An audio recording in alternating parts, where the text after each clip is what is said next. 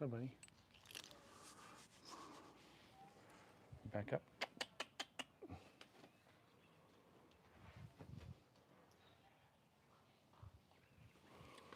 That's a good boy. All right. Wait till we get some people on here, huh? Good boy. All right, good boy.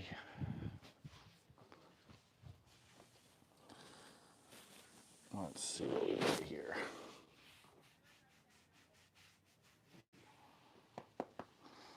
All right, so this is Rainier. He is a dressage horse. He's about 19 years old.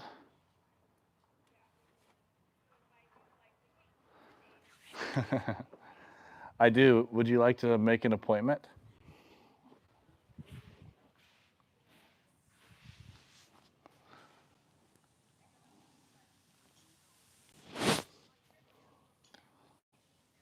I'll send you a link to schedule directly.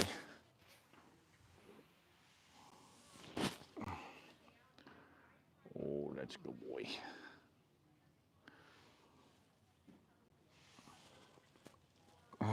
But unfortunately, it's a lengthy appointment, so you need to leave the rest of your evening available just in case. We need to have a thorough evaluation completed. Perfect. Excellent.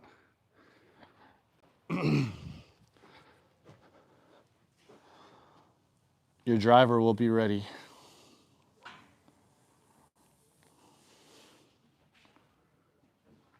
Alrighty. So this is Rainier. Oh, he's a dressage horse. I've seen him. Oh, thanks. He's passing gas right on me as I walk behind him. That was wonderful, buddy.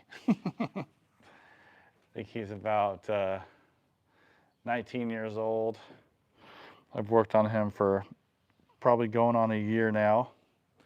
I guess he's checking out my leg here. But super sweet, pretty quiet guy.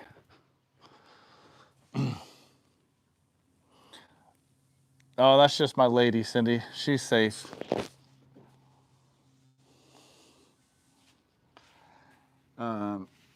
Emma meets Cindy. Emma. Cindy's my moderator. Oh, that's nice. That's nice release there.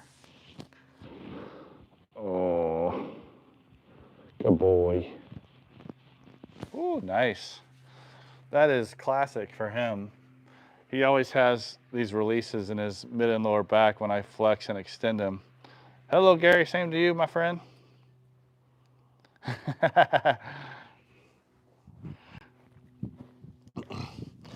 Yeah, she's not a creeper. She's safe.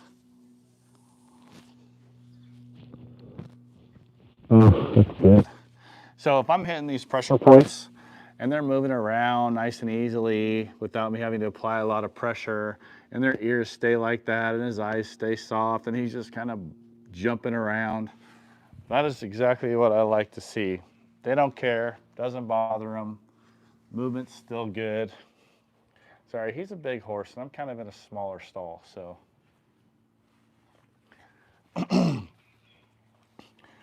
So we're just dealing with what we've got here. I was gonna go outside, but there's not a whole lot of shade out there. Oh, there we go. A lot of people come back here and they put these big adjustments through the SI joints because they feel a little bit of restriction. That's really good.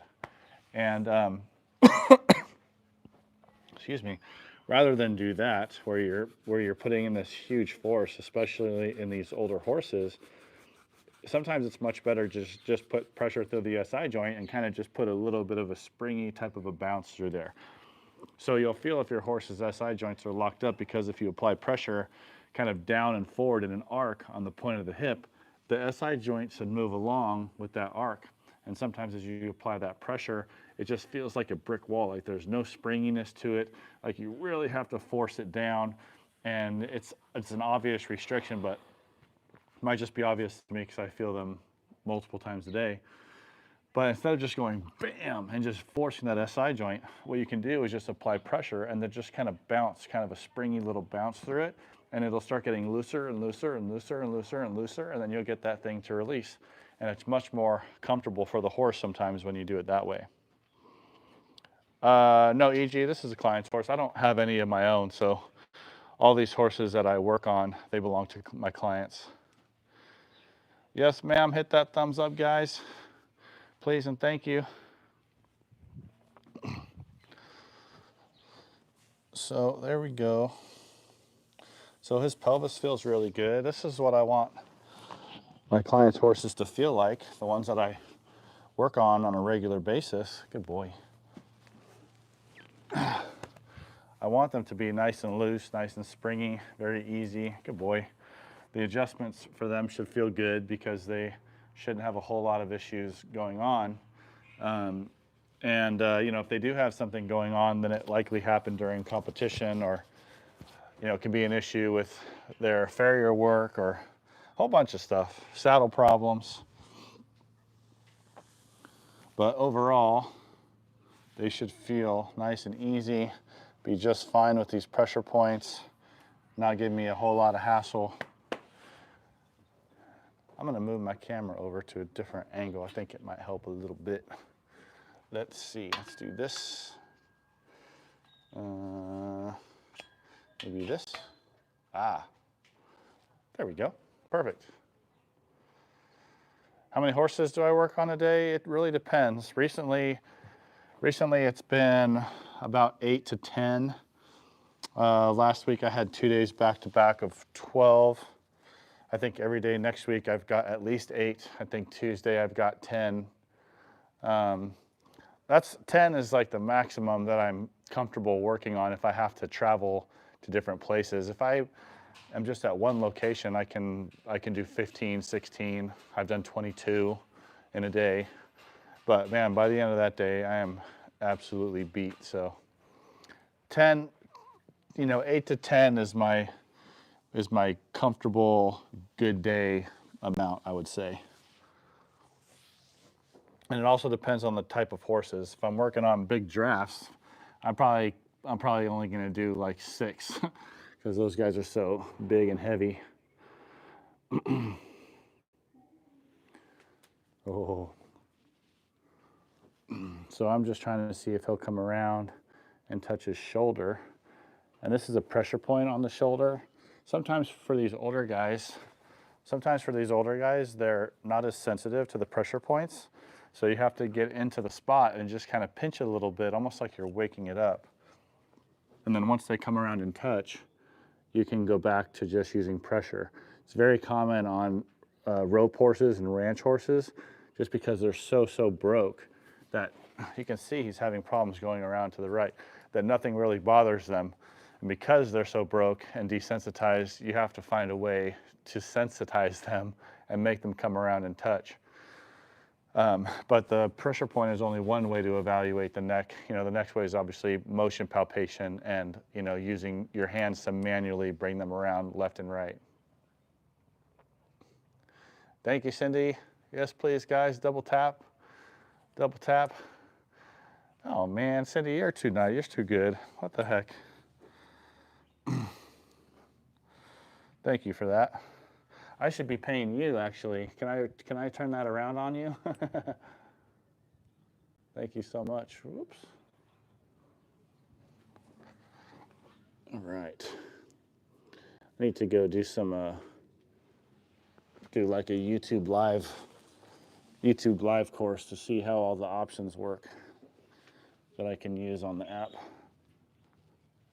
So a little bit more comfortable coming around to the left, but he still won't come all the way around and touch. And that's okay, you know, it's okay. It's just an initial eval. I'm gonna see if I can manually get him to rotate around. Oh, perfect. Yeah, thanks. Please do subscribe. Get more lives like this, and yeah, you'll just get notified when I go live, which I've been trying to do more often recently. Oh, well, thank you. I honestly didn't even know that it was an option to send money through this thing. That's pretty cool. have to figure out how to work that a little bit more. So I'm going to check his pole here because he just does not feel comfortable rotating around with the pressure points, and he usually does those just fine.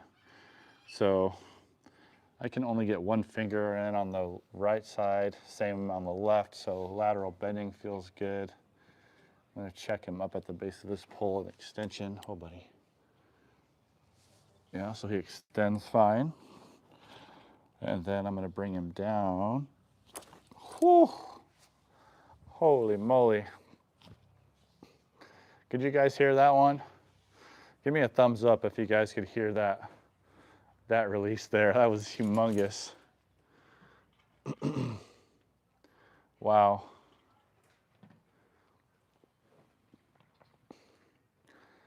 Holy smokes. That was huge. Awesome. Thank you, guys. Whew. I think I would need a little break after something like that. That was huge. Wow. So let's go ahead and recheck. I don't expect the rotation to improve based on the flexion adjustment, but I just want him to use it and see what he'll do. And you can see he's rearing up right there, so he's in a little bit of discomfort in his neck somewhere, and I'll find it. But first things first, you got to get that pole moving properly. Otherwise, the rest is all for naught. So back. Good boy. So since his left side seems to be, or his right side seems to be worse, I'm going to check that manually now. Oh man, thank you so much, Lore. That's so nice of you guys. Thank you very much. Wow. That's crazy. That's awesome. Thank you. So let's get him to rotate around manually. I'm going to move him over a little bit because I got a salt block behind me. Good boy. And then I'm just going to get him to rotate and see what we get here. Oh, good boy. You know what's hilarious is that in my TikTok lives, I'll have about, I think on average, around 200 people watching or so. And, you know, there'll be like 12, 13,000 people who have come in and out of the live. And like, there's a lot of watch time on my TikTok lives. And I'll get done with a half an hour or 40-minute TikTok live, and TikTok will pay me like 51 cents. Like, it's ridiculous. So between this live, which I think now is what, $6, and the last live, which Cindy sent me 5 as well, I've made $11, which is probably more than I've made on all of my TikTok lives combined, or at least very, very close. So it's pretty, everybody thinks all these people make so much money on TikTok, but it's like pennies, you know, it's terrible. So this is pretty cool.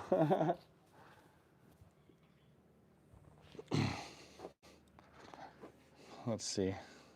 Yeah, that's it. It's ridiculous. I think the most I've ever made on the TikTok live is like $4, and that was because people sent me like 600 diamonds, and that was it.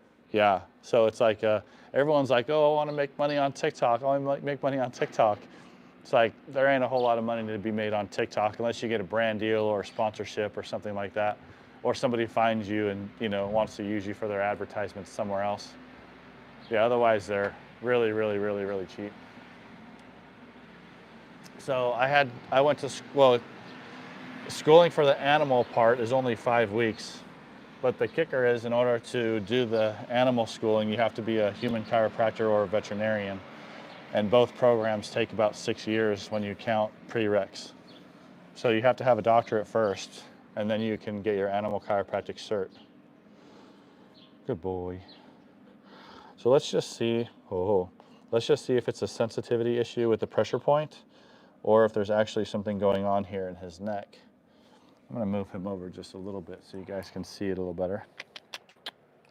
Come on, buddy. Good boy. You're a good boy. All right. He's so good. Good boy. So let's just see. I'm just going to try to get him to come around, just pull. He's a little tight up here, honestly. But he's coming around, so that's good. And that's pretty much full lateral flexion at the pole, about 90 degrees of muzzle rotation. It's about what I want to see before they start engaging C3, which will start engaging here. So C3 is now engaging a little bit farther. We'll engage C4, C5, C6, and then, ooh, that was nice. And then C7. So let's give him a little bit of time for that one. Are you ready, buddy? He's a little slow in his releases, but that's all right. We'll just give this old guy whatever time he needs. Big old puppy dog. Thanks, everybody. Thank you for the likes. Appreciate it. So hard to come get likes on YouTube. I always talk about this, but Cindy educated me on my last TikTok live that I guess you can only tap the like button once on YouTube, but on TikTok you can tap the like button unlimited times. So all of the single likes help on YouTube way more than they do on TikTok. So if you guys don't mind hitting the like button for me, I would really appreciate it. So look, when I try to bring him around to the left, look. So I'm gonna ask him to come to the left. You see the head bob? He's fighting that head bob, right? So definitely a lot more uncomfortable coming to the left than to the right. So, there we go, good boy. So we'll adjust that. That's a good boy.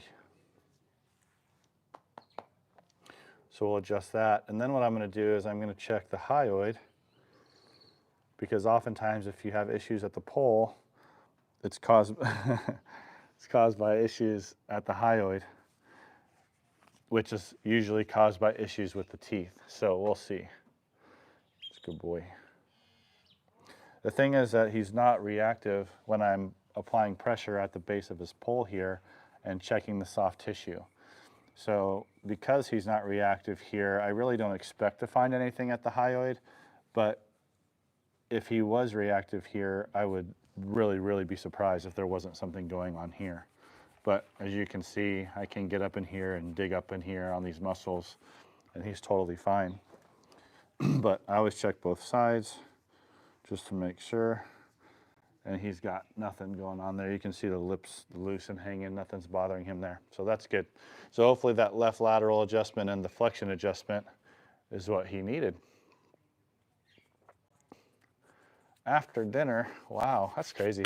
Oh, Pat, you're in, I forget where you're at. I know you're in Europe somewhere. Are you in the UK?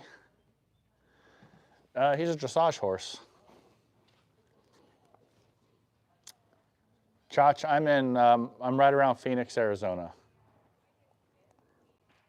Awesome, thank you, EG. Paris, oh man, that's right. Paris is another place I need to go check out some coffee and gain a few pounds from some Danishes. Finland, hello. Maja, hello. Uh-oh, we had a naughty message. Let me see what you did. Oh, come on. Good call, Cindy. Jeez Louise. I think he does. I think he's interested in my Wrangler. See? Come on, Wrangler. We need a sponsorship here. Right, guys? I think we do. Hello, Marcy. Thanks for coming in. Glad you caught it. Oh, he's just like, hey, buddy, you're not done yet. All right, so let's move him back. I'm gonna give him a little pull stretch, even though he seemed fine in extension. Oh, I know. I just want to see if I can get him a little bit looser up here. Good boy. Oh, I know, it's okay. That's a good boy. Oh, easy, buddy. Oh, good boy. Oh, man. All right, so let's bring him down. Oh, he's not liking that at all. Hey. Let's not do that. Good boy. I'm gonna scratch his jowl a little bit, see if I can't bring him down. There he goes. And there he pulls away. Easy. So I'm just gonna try to sneak in a little extension adjustment here There he goes. That's a good boy. Holy smokes. Wow. Can I get a little thumbs up if you guys heard that one? That was huge. Huge, huge, huge. Let's see. Would you recommend an equine massage therapist or chiropractor for a nervous horse? Wary of new people, so I'm thinking the sudden movements and adjustments might startle him. So my opinion on that would be have a chiropractor come out. I wouldn't use a massage therapist necessarily yet. You know, good massage therapists are really hard to find. I mean, so are good chiropractors, but wow, that really changed his body language big time. I would say that if he startles easily, I would have probably a chiropractor come out just because I kind of trust them more. Have them come out and work the pole and work the sacropelvic area. So all of this right around his SI joints and lower lumbars, because that's where most of the parasympathetic part of the autonomic nervous system resides. And the parasympathetics are responsible for the rest and digest state of your horse. And most likely the reason why he's so startled and so nervous is because his sympathetic nervous system, the fight or flight part of the nervous system, is overriding the parasympathetics. So what we need to do is have somebody come out and just massage or adjust around the pole and around the sacrum so that we can increase the parasympathetic tone. In other words, ramp up the parasympathetics to get him into more of a rest and digest state. And that's the state that they're going to be in when they're learning, when they're curious, when they're eating and resting and digesting and all that stuff. And so, you know, you're not going to get a horse to trust a person if they come out and work on the areas of the spine where the sympathetics are located, which is right through here. Because if you come in through here and you start adjusting through there and massaging a whole bunch through there, you're going to kick off the sympathetics and spike them even more, and then you're doing the horse a disservice. So a lot of people will come up and they'll go, oh, the withers are tight or the paraspinals are tight in the thoracics, and they'll want to work that area and adjust that area.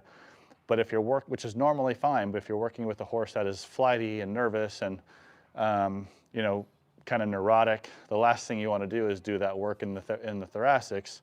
You want to do the work in the lumbosacral area and at the base of the skull. So it's important that you bring somebody out there who knows about the nervous system and knows what they're affecting when they do adjust and do massage your horse. But definitely a good thing if you can find a good one. This horse is not. Zach, tell me what body language cue you see that tells you that the horse is stressed. I'm just curious. Anybody else see a stressed horse here? Hey, what's up, Tim? Good to see you.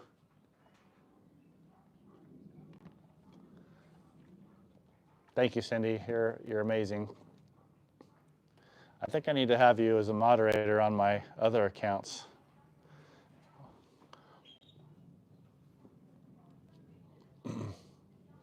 Yeah, absolutely. Crazy, if you need help finding a chiropractor in your area, just send me a message. I mean, you can send me a message on my Instagram or my Facebook. It's all sport.horse.chiropractic. And I'll be happy to help you find somebody.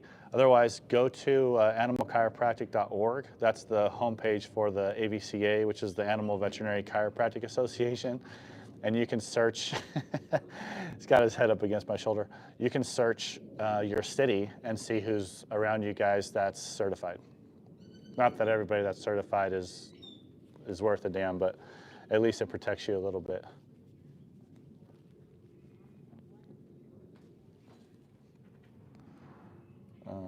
Let's see. Yeah, I mean, he's super stressed out, isn't he? Where is that guy? Come on. I only got a couple minutes, Zach. Tell me where this horse looks stressed. Oh, here we go. Every time you walk to one side or the other, head shakes, subtle licks. Well, he's not a canine, buddy. He's a He's an equine, so I'm not real sure how that equates.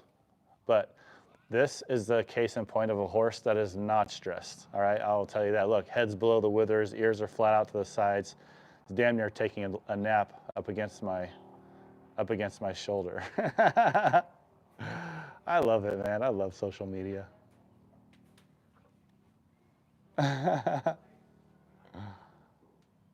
Oh, hi, buddy boy. See this curiosity here?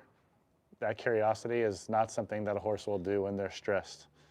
Okay? This is a very, very good sign. Yeah, he is chill. He's not stressed at all. Oh, he's a good boy. Don't tell Louie, Emma. He's going to be angry at me.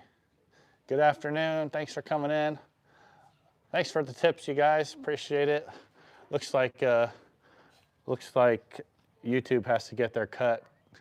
Got a little bit taken out there. All right. Hello, Stephanie.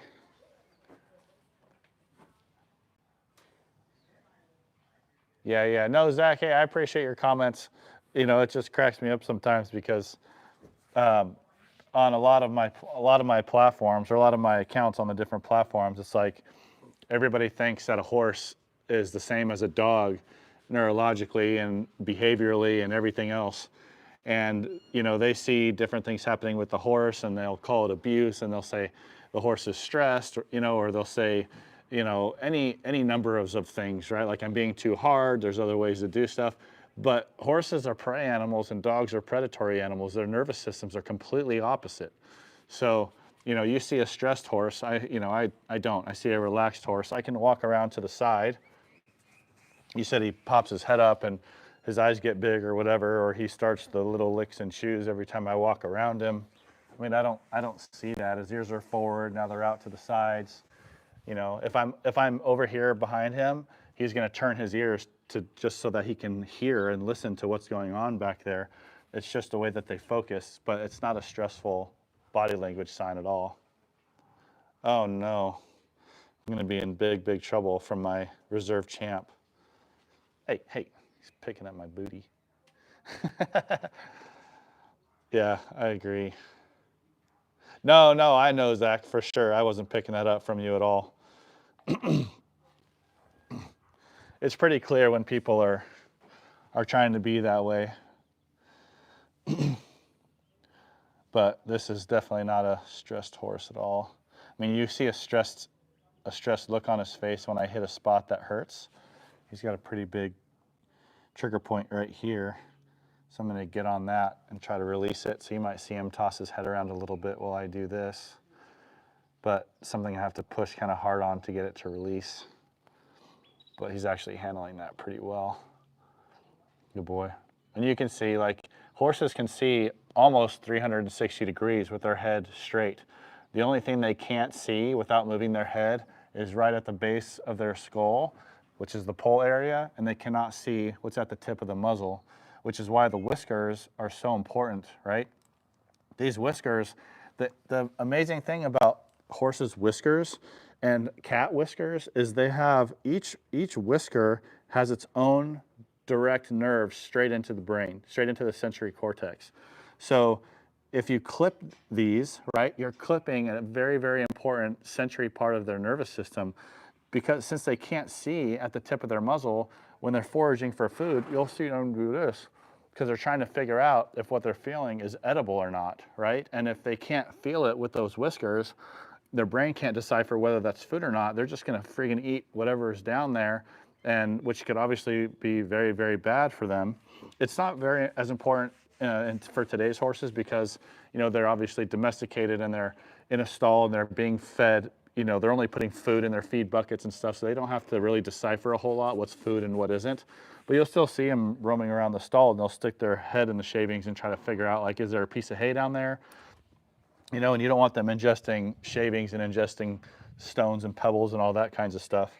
So those whiskers are very, very important. But I just thought it was so interesting that each individual whisker has its own nerve directly attached to it. It doesn't go into, it's not like a bunch of these whiskers go into one big nerve cell body and then go to the brain, they each have a single nerve directly into the brain. So very, very, very important.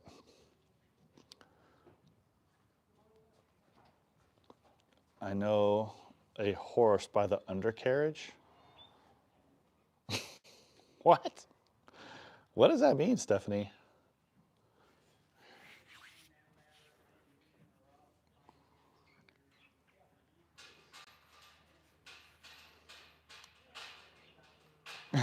Yeah, no, totally good, Zach. Totally good.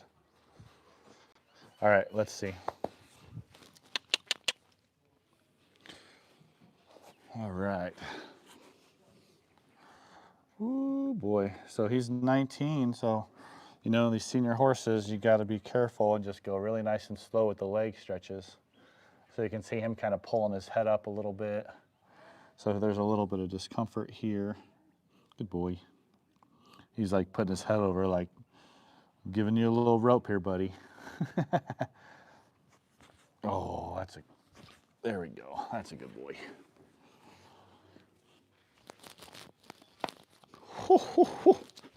Holy cow. Wow. That was a huge release. Huge release in his knee. Oh, buddy. Good boy. Good boy. So I'll get a lot of people that'll say, "Oh, what's a good boy?" See how he's putting his whiskers on me? Not that he's trying to figure out if I'm food or not, but he's getting a lot of sensory information into his brain about what the heck is sitting on my face. He's trying to figure out what the heck is that? And that's why those whiskers are so important. Yeah, thank you guys. Wow, 32, that's pretty good. 32 likes. We got 93 people in here though, so we can kind of get that number up a little bit. That would be awesome. Thank you, Joyce. Got my first 2 tips ever, actually my first 3 tips ever of the day. Thank you to 2 from Cindy and 1 from Lore. Appreciate you guys, that's so nice of you.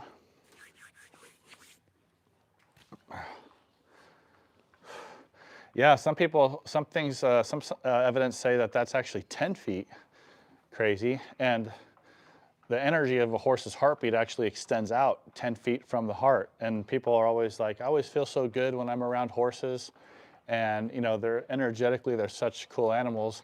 And most people don't really understand why that is, but that's really because the energy from their heartbeat actually extends out 10 feet. And there's a lot of research from HeartMath that suggests that when you get into that, within that 10-foot radius from the horse, that your heartbeats actually start to sink. So it's pretty cool. Hello. Hi.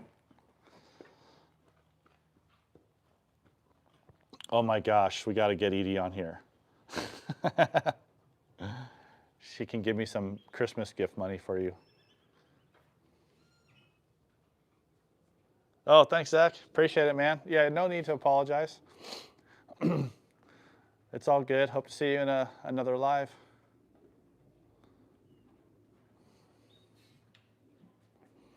Well, he's out of here, so let me go get him back. What are you eating? That's not food. Come on.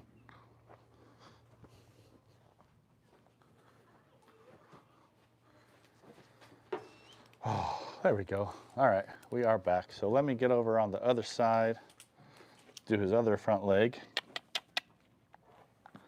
There we go. That's a good boy. I'll get his other leg done.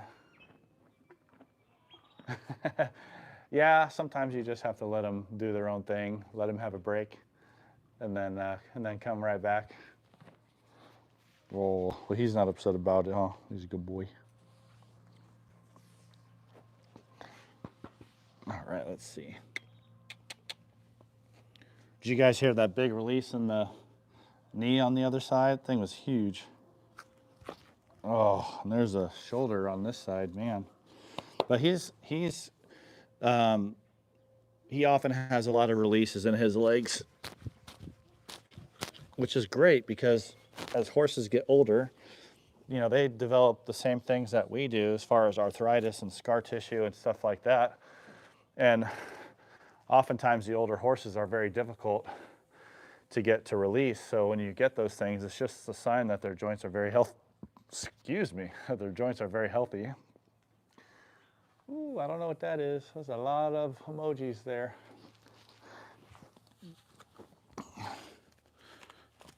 Oh, man. Ooh, wee. Hello, Ellie. Good. So good release in that right front fetlock as well. I just imagine being a horse, right? You got 4 legs and you're always putting all this weight on them. And you got joints that are locked up and not working properly, and how tight and how tough that must be, and how good it must feel when those get released. Lily, you become an animal chiropractor by either becoming a human chiropractor and then going to an animal chiropractic certification course, or you can be a vet and then get your animal chiropractic certification as well. But you got to do one or the other first before you can go to the certification course. And guys, if you want more information on stuff like that, you can go into my description on the live, and I have a link in there that'll take you to my website, and you can sign up for a 20-minute video consultation with me on Zoom, and I can talk you through the process to become an animal chiropractor, and I can give you all the tips and tricks on what you need to do if you have issues with your horses and you need another opinion or want to talk about chiropractic. Take a look at that link, and you can sign up at the website. Thank you so much, Gary. That's freaking awesome. Thank you, guys. I really appreciate it. I didn't know. I did not know. I'm sorry, I was calling you Lily. It looks like Lil. I'm not sure. Lil Broer. I didn't know that I wanted to be a horse chiropractor. I wanted to be a human chiropractor, which I am, and then I wanted to work on dogs. And just in the process of getting your animal chiropractic certification, you have to go out and do a whole bunch of adjustments, and you have to get the owners to sign off, and then you have to write reports, and you have to do case studies, and you have to turn all those into the certification course. And so I would just go out and advertise at shows. I'm giving free adjustments, and I'd walk through the barns handing out my cards, and people are like, hey, I've got 3, I've got 5, here's a whole barn full. And just from going out and doing that, people would call and say, hey, when are you coming back? I've got this many horses, or my friend has a barn full of horses, and it just kind of took off. And but during the certification courses, when I think I really realized what I wanted to do, because I didn't realize that a person could help an animal this size just by using their hands. And you can take a horse that's super ramped up, super nervous, super neurotic, and just by adjusting certain parts of their bodies or stretching certain parts of their bodies, you can down-regulate their nervous system and help them get back into that parasympathetic rest and digest. And that's really when you can improve the health of these animals. So it was just over the course of time through getting my certification and doing the work. If you want to be a vet, yeah, you have to do the animal chiropractic course as well. But it's only 5 weeks. I mean, the hard part is vet school. I mean, once you get that out of the way, why not do the animal side,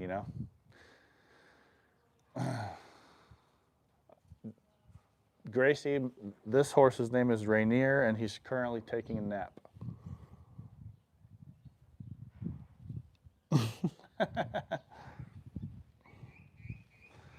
See if I can show you guys. Oh, I think I woke him up with the camera. But look at his eyes.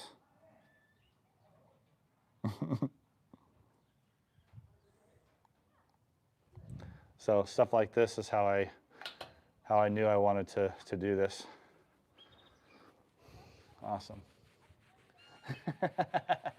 Yeah, Cindy, so stressed. Man, look at this. Woof.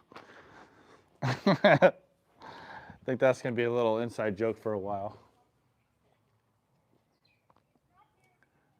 Why does your horse twitch when you touch his back? Probably because he's sore. Sorry, smart ass comment. Yeah, I mean, he's probably sore. Who knows why? I mean, I'd have to get my hands on him to check it out, but definitely something to look into. Shouldn't be flinching when you touch his back. Definitely not. All right, so I'm gonna get his hind legs done. I don't know if you're gonna be able to see this too well, so let's move it over here, see what we get. There we go. I gotta advertise this little magnetic phone holder. It's pretty awesome. Oh, so he usually has some nice releases in his hips. Oh, good boy. Let's see. Oh, there it goes. Whew. Good boy. Good boy. It's a good abduction stretch. That's a good boy. That's a good boy. Huh, that's a good boy. He's not napping anymore. Oh, big deep breath there, buddy. All right, let's see. Whoop. Let's get this other side done.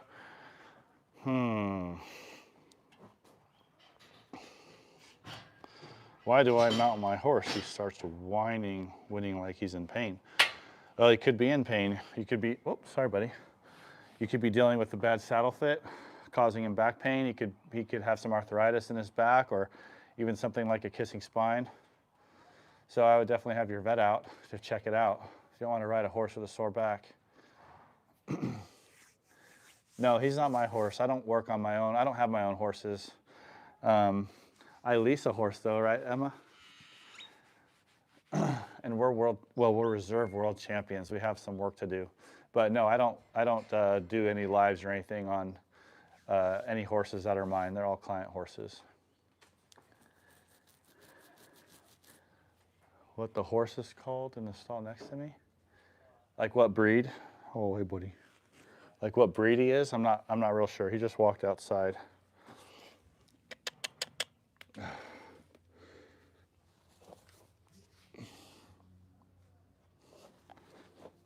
Oh, easy, buddy.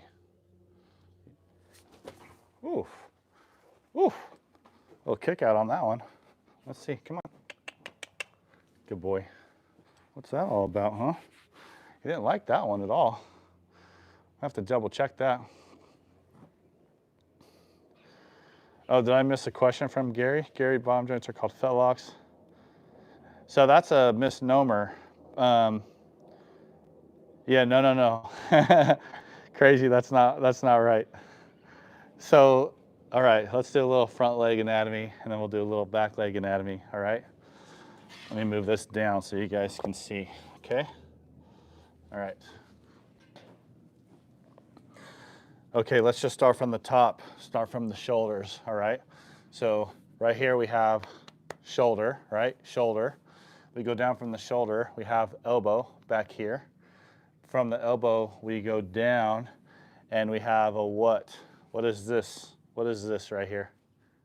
Anybody tell me? Hi, buddy boy. I wouldn't sit down here like this with many horses. So what's this?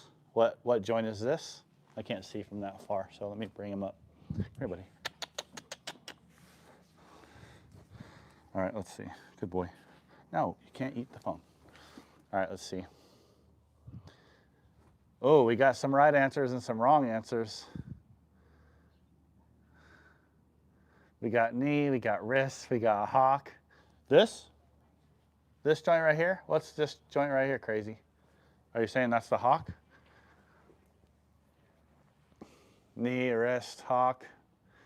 Knee, wrist, wrist. Anybody else? I'll tell you what.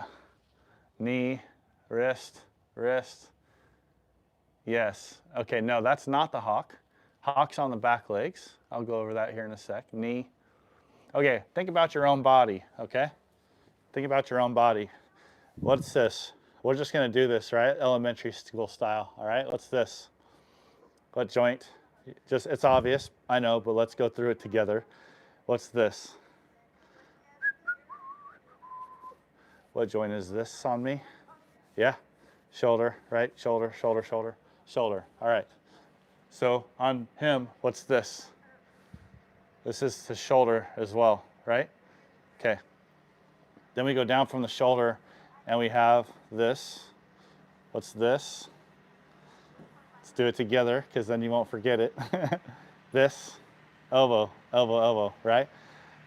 So if we look at him, we got shoulder, right? Shoulder here.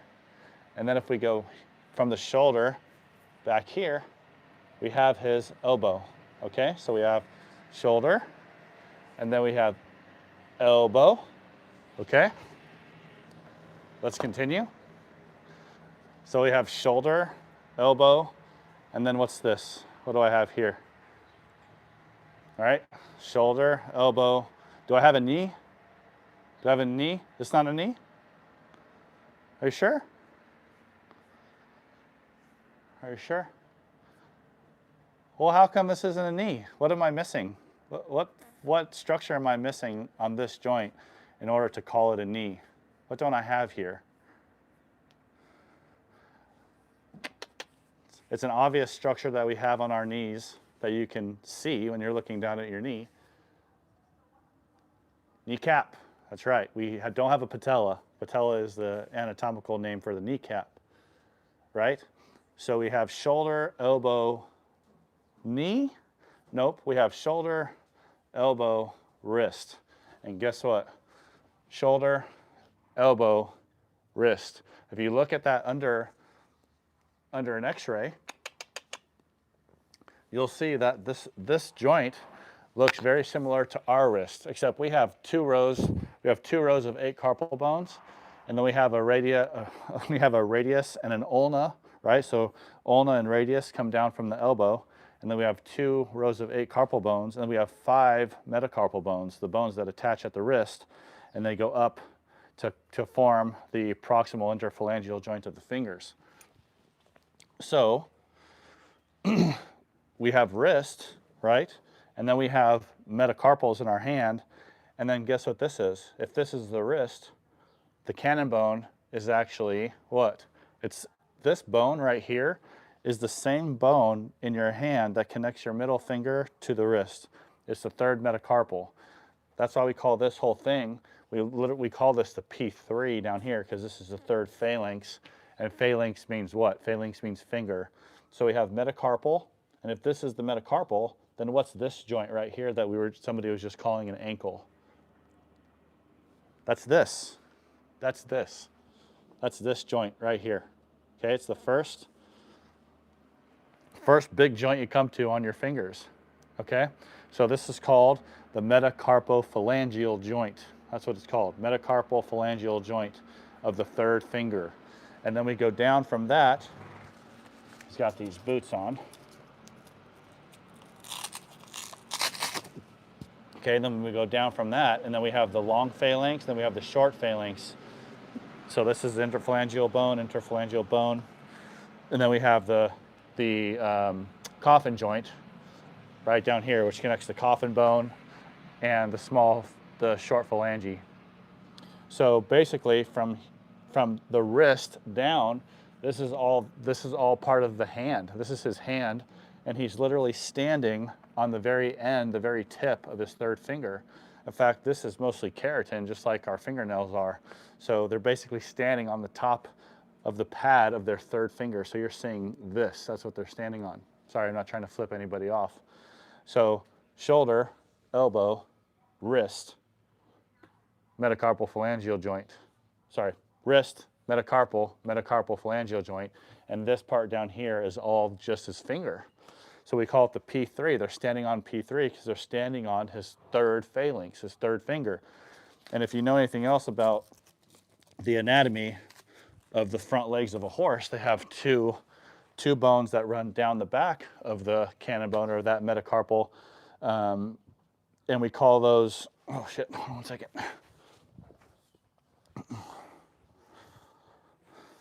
Hold on one second.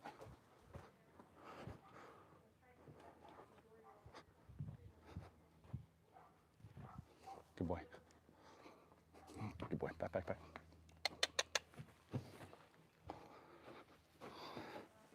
Good boy. Oh, good boy. Well, first, let's do this. Who knows what those bones are called behind? Ah, shit. Does anybody know what those bones are called? You hear people say, oh, they popped a...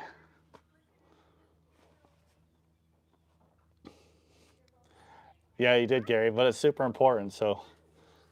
Ooh.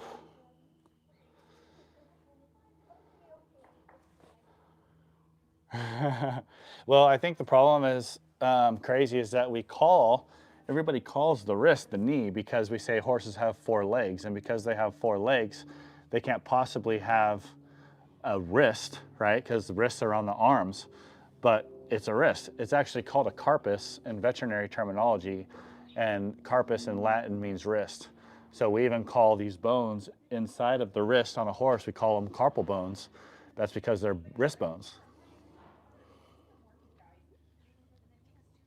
Oh, let's see, Lily.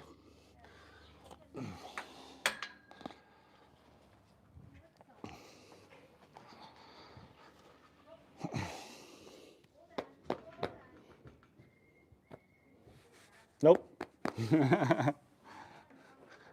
Now, if you walk up behind the wrong horse or a horse that doesn't know that you're there, you definitely risk getting kicked. But on a well-behaved horse or a horse that knows that you're there, you should be fine. I mean, I wouldn't go behind a horse that's not well-behaved, even if he knows that I'm there. But, you know, horses like Rainier that are super broke and really well-behaved, you're fine. I walk behind them all the time and they're just fine.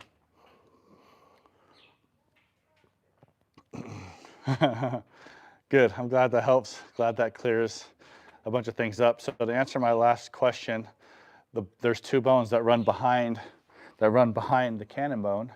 Those are called splint bones. And you'll often hear people say, oh, my horse popped a splint, right? Or that'll say, oh, your horse popped a splint. That usually means they just fractured the splint bones. But the splint bones aren't weight-bearing bones anymore. They're actually sorry, I'm pointing to the wrong things now.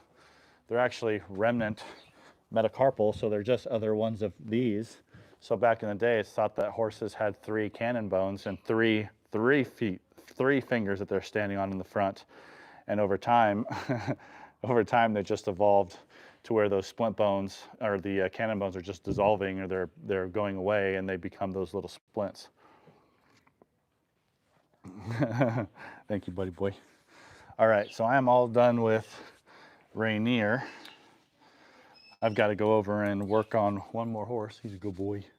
I got to put his fly mask back on. He's been the best little patient ever. Sounds like there's some people over by the next stall, so I may not be able to do as much, but we will see. Let's see. All right, let's head over there. Good boy.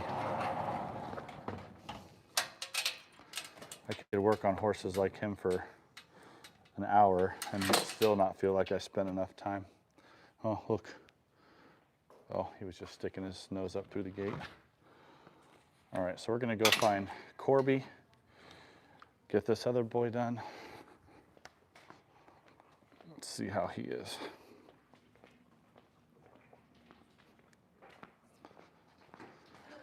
Hi, how are you? I'm here. Hanging in there? Barely? Oh yeah, I hear you. Almost done with the week at least. Oh no, because I work 7 days a week, so. Do you really? I do. Oh my gosh. I do feeding AM and PM supplements. I turn out all the horses and I teach, and then I'm working like 12 horses right now. Oh my gosh. No rest for you. I literally start at 7 a.m. and I end around 7:30. Holy smokes. Yeah. Well, I hope you love it. I mean, it's less physically exhausting than when I used to run restaurants. So. Oh. I was a general manager and assistant general manager of restaurants. So Oh, okay. it's way less stress. Yes. But. I bet. It's just physically. Oh, I'm sure. It's like you do everything, then you got to do it all over again the next day. Like Oh, what's up, buddy? different kind of curveballs at you. So, Oh, I'm sure you see it all. No doubt. And I'm like the go-to person around here, so that not only do I have to deal with the horses, but I deal with their owners. Oh, yeah, that's the problem, right? It's like if I could just deal with the horses, my life would be so much better. Right? Wouldn't it be less complicated sometimes? Yeah. Oh. Just like, Can you just leave? Can you just not be there and just leave a halter out for me, and I'll let you know how it goes? Exactly. Yeah, hey How did buddy. the right feel? He felt really good. He was kind of sensitive in his neck, especially coming around to the left. And he always has like really big releases in his legs. So like this time it was left hip, big release in his right knee and left shoulder. I had to adjust his pull on the left side and also adjusted it down into flexion towards his chest. So he just got neck injections about 2-3 weeks ago. Oh, okay. Well, that makes sense. I believe it's the left side that he's always really bad on, and now he's on a little bit of a stall rest for his hind leg, where he has that old injury. Okay. So. Yep, makes sense. I'm like, it always equates. I always ask because, like, it's funny. I have Dr. Casterton come out. Okay. I have her do my horse. Mm-hmm. And right now she's on maternity leave, but I was like, okay, whatever. But she comes out and she was like, oh, your horse has a bit of atrophied muscle through his hip. And I was like, mm-hmm. Mm-hmm. I'm like, I can tell you when it happened too. Oh, wow. So when he first got here, he played so hard with his neighbor, he dislocated his hip, and we popped it back in. Like his hip was literally off the joint, and we popped it back in. Holy. And it didn't get popped back in straight, and then I had eventually chiropractor come out. Yeah, because you can get some nerve entrapment back there. So he had atrophied muscle through the hip because it didn't go in straight. Uh-huh. And so she kept correcting it, and then I actually had Alex work on him once. Okay. She never said anything about the atrophied muscle, Uh-huh. but I knew the hip was an issue. Yeah, yeah. Ever since that. So it's like, and I'm a myofascial release practitioner, so I also understand how the body works in that way. And I'm Yeah, like, hey, stupid horses. Yes, I know. And it's not one thing, it's the next. Oh, they'll. Literally, it's like they ride him for a month and then something comes up and then he's sore again. Like it's literally like ever since the very first injury, it hasn't been consistent for him. For Rainier? Oh, okay. Because they were riding him for a good, 2 months, 2-3 months, and now he's hurt again. And then at first it was the neck, and then we had like a couple lessons with Negan, his owner. Yeah. And then we had another lesson, and he didn't want to go forward at all. And this guy isn't being ridden at all because the first time period he puts a foot into any soft ground, he drops and rolls. Oh, really? Saddle rider at all, he drops and rolls. Wow. You can ride him in the outside where it's all hard ground, he will not drop and roll. But the minute I can walk him around in halter, and the minute we walk into the arena, he drops and rolls. He's a weird one. Wow. Yeah, I mean, he's definitely a quirky dude. He's a weird one. And he has a lot of problems with his front legs. Yeah. But that's interesting. I wonder why that is. He drops and rolls. He says, I'm done. I don't want to be ridden anymore. I'm done. I'm not a show pony. Yeah. I'm old and I don't want to do this. See, he agrees. Just turn me out and leave me alone. Yeah, pretty much. He'll putz around on the outside of the arena, but that's it. But the minute he goes into the arena, he went down twice on Dory. Oh, wow. Oh, my gosh. Like within 5 minutes of each other. So he went down. She's like, son of a bitch, he does that quick. And he drops his shoulder and goes. So that's that's dangerous for. So then he dropped the shoulder and went. She was like, oh my God, that's so fast. But he doesn't go to the point where he crushes you. He goes to a point that you can get out. Yeah. But still. Still, yeah. And then she was like, you son of a bitch. Got right back on him. She was like, get going. And then he did it right on the rail. Oh my gosh. He was like, nope, nope. And it was literally 2 steps inside the arena and he went down and rolled. And it's always the same side. He always rolls down onto his left side. Huh. And Okay. he's like, nope, we're not doing this. And she was like, well, clear as day, he's telling me Yeah. what he doesn't want to work anymore. And I'm like, Or there's something wrong. You know? I mean, he's 25. Yeah. 26. He's been through it. Yeah. Back He's again. allowed a little. Oh, for He sure. hasn't worked very much his whole life. Back- It'd be different if you're 25 and you've worked almost every day of your life. Exactly. And he Exactly. hasn't. So I'm just like, you little freaking snake. Uh-huh. You're getting away with murder. Yep. It's got her wrapped around his finger. He does go out and pasture for a good hour or 2 with his girlfriends. Okay. But that's pretty much all he's doing now. So just so you know. Okay. So he should be pretty limber, but we'll see. All right. We'll see how he does. Hi, buddy. Jeez.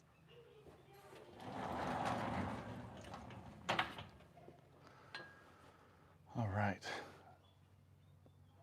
What was that? A little tester there. Thank you, Pat. Appreciate it. Oh, boy, we got more. Yep. I agree, Gary. What are you doing? Kind of see he's like kind of testing the boundaries a little bit here by putting his mouth on me, but he's not biting. He's testing me a little bit. I don't trust you fully, bro. He can be a little bit of a pill. Oh, thanks, Lil. Appreciate it. Thank you for spending so much time. Let's go. Hope you have a good night. Come on. Come on. Move over. There we go. I know, I wasn't abusing him. All right, so we're gonna get started on Corby. Look at that, $8.27. That's so nice of you guys. That's pretty cool. Let's see. Oof. So Corby does not like his legs done. I'll show you a little bit when I get to that part. He usually does just fine with everything else, but when you go and you start messing with his legs, he is just not a happy dude. So, ooh, that's really sensitive. So what I'm doing here is just checking his bicep tendon. So I'm checking the bicep muscle, and then you can see, okay, that's better. Just kind of doing a little bit of massage on that bicep tendon. So I'm just going to try to release this here for a second, because that's obviously pretty sensitive on him.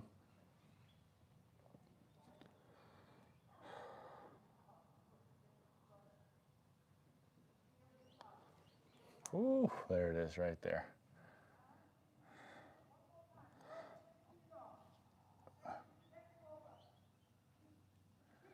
Got a lesson going on out there behind me. There we go. There we go. That's good. Doesn't take a whole lot to get those things to release.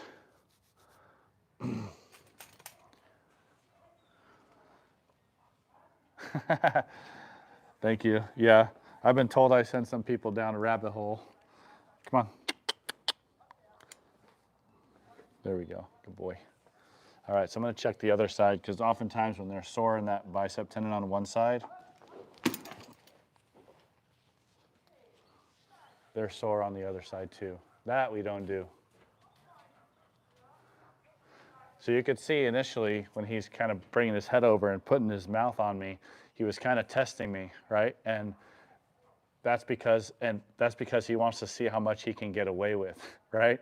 But if he takes it further and he tries to use his teeth like that, you got to correct it. Yeah, see, now nice and calm. But if I don't correct that, then what's the next thing? Then he really grabs a hold of me and takes a bite, right? Or he kicks me or something like that. So, oh, hey, EG, welcome back. Exactly. Thank you, Kay. That's hilarious. Bad dog. Yeah, where's Zach? Where's Zach from the last video? Bad dog. There, that's a good boy. Thank you. Thank you. They have to know that you don't put up with that crap, because it will get dangerous if you don't correct the behavior. Whether they're, see, now he's like, oh shit. So whether they're sore or not, that reaction of biting and kicking is not tolerable. So I'm going to recheck this.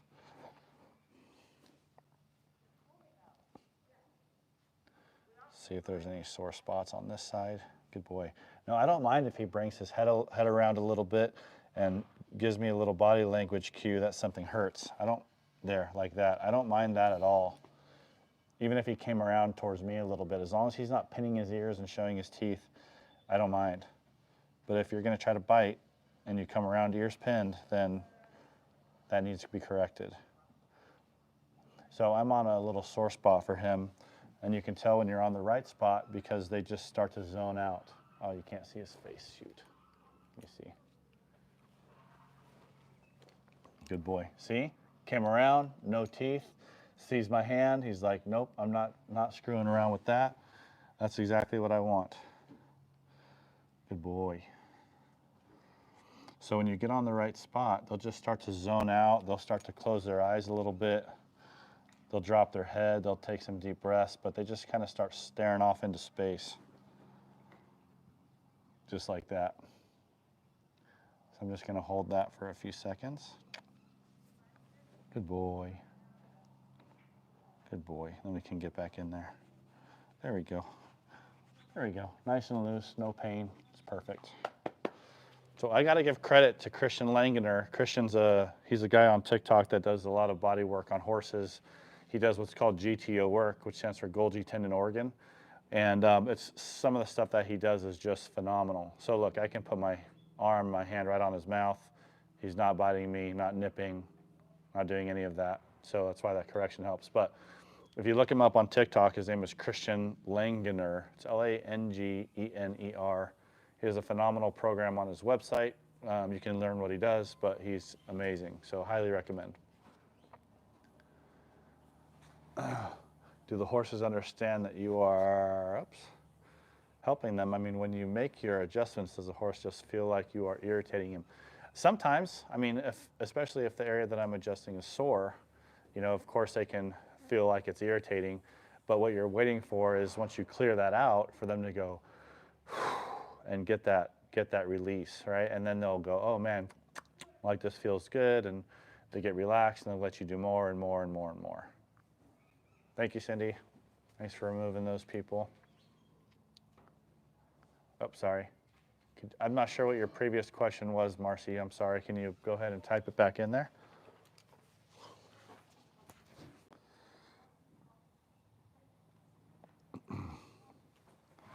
I think it was something about being scared or nervous when you are around the horse or something like that.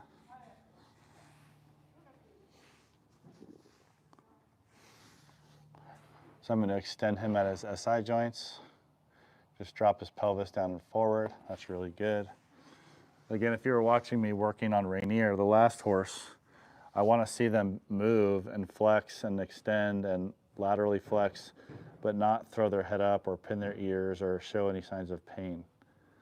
So that's pretty good. I mean, Corby's a lot older than Rainier, so his reflexes aren't as good as Rainier's, but he still has them, so that's okay. But you can just expect these older horses to be a little bit less sensitive and to have restrictions in the form of adhesions and scar tissue and arthritis and stuff like that. So you just have to have your expectations set correctly. Hello, Tove. Shoot, I forgot how to say your dang name again. Oh, man. That's a good boy. See? Super quiet now. Oh, I'll try to get you a better angle on him here. Let's see. Oops. I just flipped the camera around. There we go. That'll be better. Good boy. All right, so I'm going to check his pole.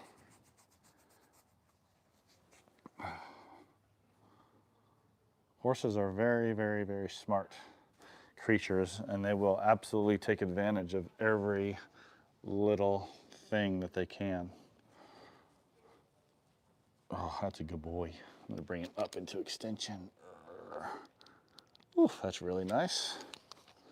See if we can get a little bit more on my shoulder.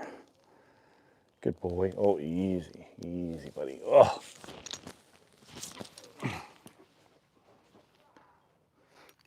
That's okay. That's not an aggressive behavior. That was just probably a little uncomfortable for him because he can extend really nicely. So he might have something up under here that's bothering him when my shoulder was pressing on it.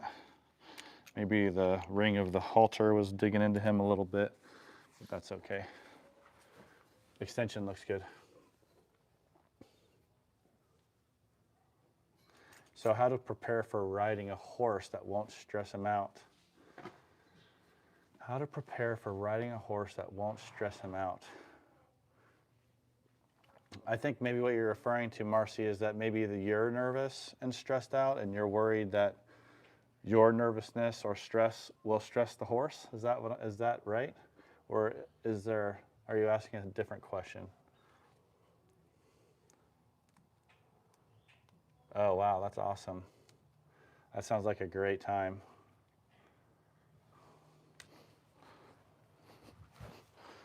All right, so check his lower neck here. He doesn't usually come around very well with the pressure points, but let's just see what he does. Ooh, that was pretty dang good. Oh, there's a little release there. Could you guys hear that little release in his neck as he came around there? Okay, good. All right, let me check this left side and then I'll get to your question. Look, I'm not even asking him to come around and he just does it on his own. Boom. So a lot better rotation to the left. So let's recheck him to the right and see if it's any better now that we got that release there. Let's see. Oh, there's another one. So every time I get those releases like that, those audible releases, I'm going to go back and do both sides one more time. So let's see. All right. Let's go back to the right one more time.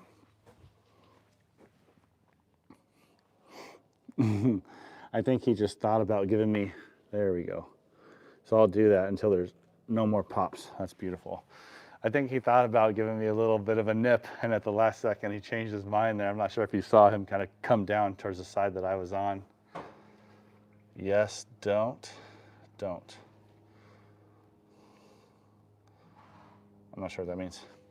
Anyway, Marcy, the best way that you can help with your horse not being stressed out and nervous is for you yourself to not be stressed out and nervous when you go to, like initially when you go to interact with him. So, you know, do whatever you have to do, take some deep breaths, do some meditation, you know, do some talks to yourself in the mirror, whatever you have to do to go get a massage, you know, to make yourself relaxed. And just go slow, take your time, you know, maybe stand outside the stall for a little bit and let the horse come to you. Give him the back of your hand, let him smell, and then slowly start to pet him. You know, don't come up behind the horse. Make sure the horse knows that you're there. You can even come with a treat or two, just so that he knows, you know, hey, this person's giving me food, so she must be friendly. And just go nice and slow. Don't go into the interaction with any type of expectations, right? Like maybe don't ride the horse the first few times you go see him. Maybe just go in there and give him scratches and give him some loves, give him a couple treats, maybe take him out on the lead rope and just take him for a little walk. You know, maybe just interact with the horse a few times before you decide to jump on him, right? Just do everything nice and slow. The other option too is when you do start to get on the horse, maybe get on the horse with somebody holding a lead line, right? And have that person walk you around with you on the back of the horse and just take your time. I'm not by any means an expert in riding a horse or training people to ride a horse. So that might be a question for a horse trainer, not a horse chiropractor. Just somebody that has a lot more experience getting people familiar with and helping them learn how to ride a horse. But that would be my 2 cents. Oh, I have human clients as well, Gary. Oh yeah, definitely good therapy. It's good therapy for you, good therapy for the horses. Look, I mean, he's just so much more comfortable already. But I told you earlier I would show you how he's uncomfortable in his legs and what he does when I try to get him adjusted up here. And this is what he does. Let's see. And it's all in his knees, I believe. Good boy. Good boy. Good boy. So we'll see. And he's good out to the side in abduction, so this is normal. His issue comes when I try to get him to extend out front. Like this. Keep his mouth off me. See, he doesn't want to see that? He doesn't want to flex the knee. Or right, he doesn't want to extend the knee. So he will pull the leg back violently like that to try to take it away because it hurts. So, you know, in a situation like this where I know he's got arthritis, he's 23 years old, I'm not going to force him to do it. It's uncomfortable. So that's really something for the vets to come out and look at, and we already know he's arthritic, so it's just something that they're dealing with. Yeah, absolutely, Marcy. No problem. No problem. All right, so I'm going to check his hyoid, check his TMJ, and then Mr. Corby will be all done. Hyoid feels good on the left. Let's check it over here on the right. Really good on both sides.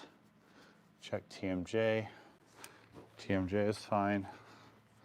TMJ up on the left. Oh, look, his eyes closed, like he's like, oh man, that feels good. Look at the lip drooping. That's a good boy. That's a good boy. Look at that lip. Blah, blah, blah, blah, blah, blah, blah, blah, blah. That's a good boy. There we go. That's a good boy. Let's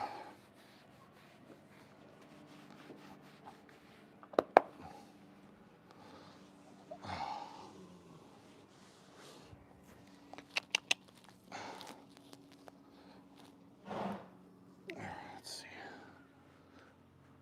Good, real nice flexion in his hind legs. Oh, good boy. Oh, that's really good. Really good. So you can see the difference in comfort between his back legs and his front legs. Much more comfortable in his back legs. Good boy. Seems pretty relaxed. No, front legs will get you too, believe me. Especially on a horse like him. They can just come out and paw you. Or like for him, when I bring in the legs out, he just wants to really pull back. And if you're not careful, it can get you in your shin, get you in your knee. Stuff hurts. Oh, I know. You're a good boy. Let's get his other back leg. Look at that. Just, he's like, all right, here you go. I'll pick it right up for you. Good boy. Good boy. It's just crazy how flexible and comfortable he is in the back end. But in the front end, he's just a mess. Good boy. Good boy. All right, so let's give him a good TMJ stretch, and then I will be out of here. That's a good boy. I'm going to be posting a video on my TikTok and on my YouTube channel here in a little while of a horse I worked on yesterday that had a hyoid problem. And I'm going to show you how you can fix that on your own if you notice the same issue on your own horses. So stay tuned for that. If you guys haven't subscribed, please consider doing so. And if you haven't hit that like button, I would greatly appreciate it before I get finished here with Corby. Looks like we got 53 and 77 people watching, so if we can tick that up just a little bit, I would greatly appreciate that. There we go. Good boy. That's an excellent way to stretch your horse's TMJ. If you guys have horses and want to learn how to stretch them, take a look at the link in my bio. Also, if you are interested in becoming a horse chiropractor, or you have issues with your own horses and you want to hop on a 20-minute Zoom call with me, I have a link in the description for that, and I'll be happy to chat with you guys and see how I can help. Otherwise, we are all set for today. Corby's feeling pretty good over here. Awesome, awesome. I got to head out of his stall. It's kind of funny, they call him the escape artist because he breaks out of his stall. So they have two chains here to keep him locked in just in case. Good boy. Good boy. There we go. We got that one. Ugh.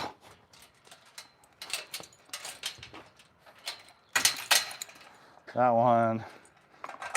And we got that one. All right, and he's all good to go.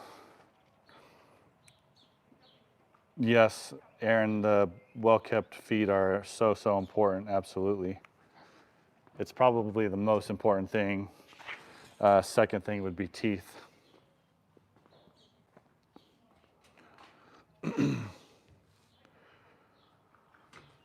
Let's see.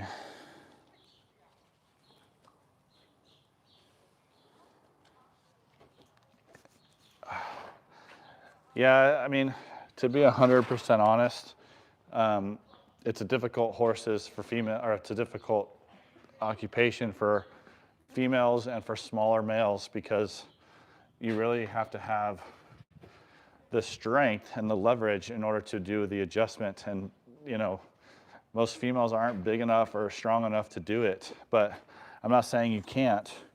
But, you know, if you're like, Corby's a big horse, you know, look at this dude, you know, these are big horses.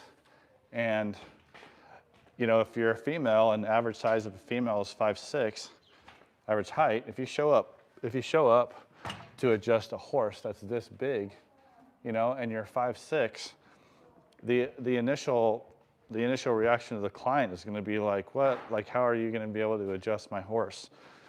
And that affects your business, right? So you got to pick an occupation that your body can handle and that your body's capable of doing. So I think for most females, working on horses is not ideal, and you will ruin, like, you'll wear out your body. But small animal chiropractic, like dogs and cats and sheep and goats and pigs and all of that stuff, is still a wide open market, and something that would be better suited for most females. Now, there are plenty of females that can do this work, that are bigger ladies.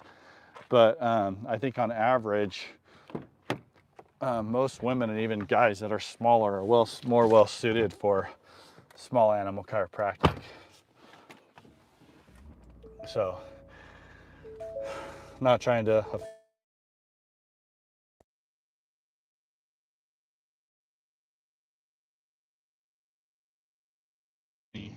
And I get sore and my body gets tired.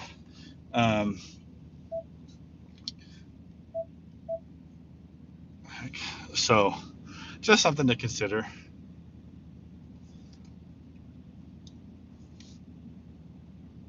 Oh, there you go. Yeah, 5'11". Yep. If you're 5'11", you should be just. Not, you don't have to be a big girl, but you know, you just can't be small. That's all. Oh shoot. Oh.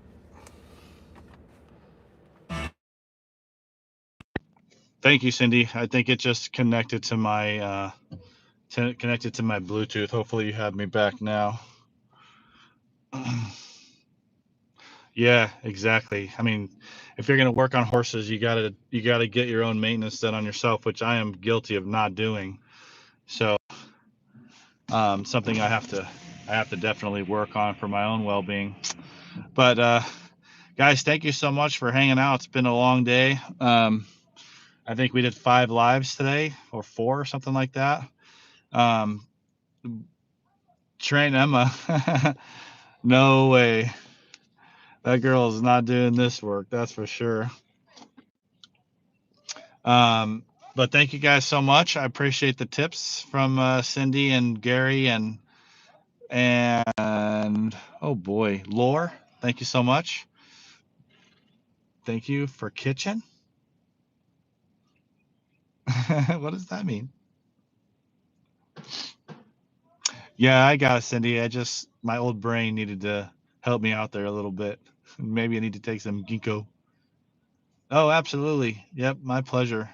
Love answering questions and teaching people about their horse's anatomy.